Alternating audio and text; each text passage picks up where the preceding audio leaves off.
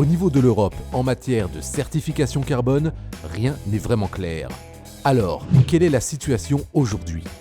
La France, comme quelques autres pays, mais la France est plutôt en avance, vient de certifier des labels bas carbone de conduite agricole, aussi bien en culture qu'en élevage. L'Union européenne, de son côté, est en train de travailler sur cette question des certifications bas carbone. La présidence française de l'Europe a demandé d'accélérer le rythme et de produire un cadre réglementaire pour fin 2022. Avec, peut-on imaginer, le risque de complexifier encore le marché ? Est-ce que ça va complexifier ? L'idée, c'est d'avoir un label commun au niveau européen, du moins une méthodologie commune. Alors ça ne va pas forcément complexifier, mais ça peut être amené à dire que le label français n'est pas tout à fait conforme au label européen et qu'il faudra le modifier.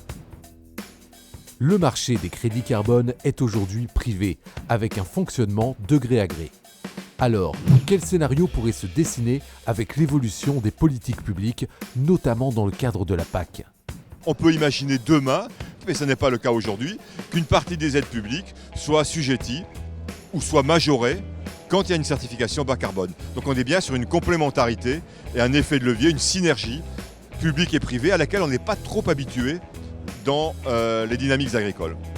Mais attention, la profession agricole ne souhaite pas que la captation du carbone devienne une règle d'éco-conditionnalité des aides, car cela pourrait de fait tuer dans l'œuf le marché naissant du carbone.